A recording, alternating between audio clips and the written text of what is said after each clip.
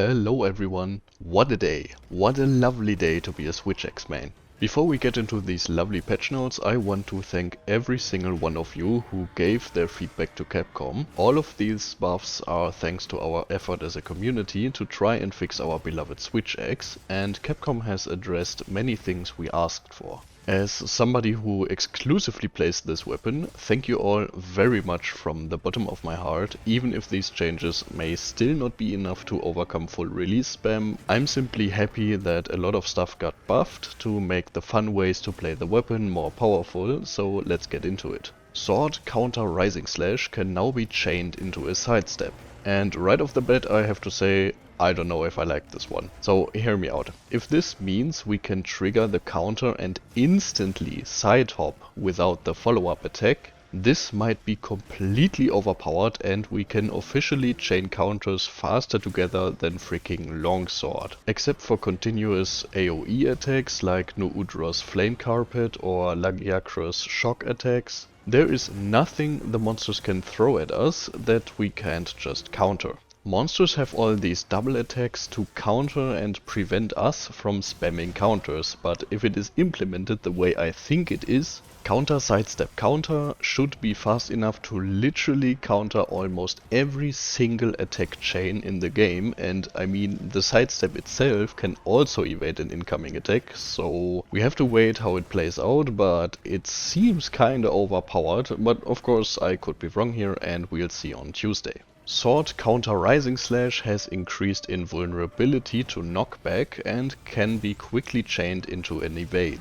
Okay, so another buff to the counter, which was unexpected, but increased knockback resistance sounds nice and the chain into evade seems interesting. I don't really know when exactly you can evade out of it, but we'll see. And again, I'm a bit afraid that counter spam will take off with these changes, but we still receive chip damage, so maybe it won't be as bad as I may think. But yeah, these two first changes are so vague that I honestly can't make much out of them. You can now evade while charging Unbridled Slash and Full Release Slash. Until now the patch notes aren't really that crazy, but it gets good in a few moments here.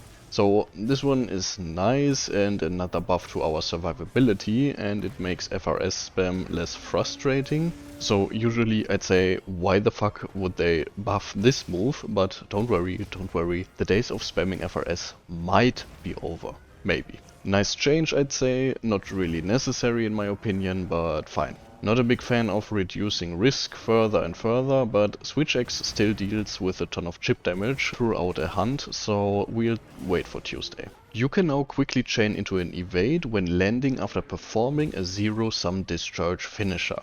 Here we fucking go. It's not Soaring Wyvern Blade, I know, maybe for the expansion, but this is all we needed. And there are two more buffs on this list which will play very nicely into this. Amazing change, only question is whether we are in X mode or sword mode when we cancel the animation with an evade, since the weapon transforms back to X mode shortly before the animation ends. We might have some control over it, but for now let's move on. Focus Assault Morph combination was adjusted to make it easier to hit wounds and weak spots, and the raw damage has been increased. Nice changes, especially making it easier to actually connect the hit, and of course we'll take the damage buff as well. Raw damage has been increased for Sword Overhead Slash, Right and Left Rising Slash and Heavenward Flurry. Exactly what we wanted and needed, and we have to wait for the numbers, but this one alone might already be enough to get away from FRS spam. Very welcome buff either way.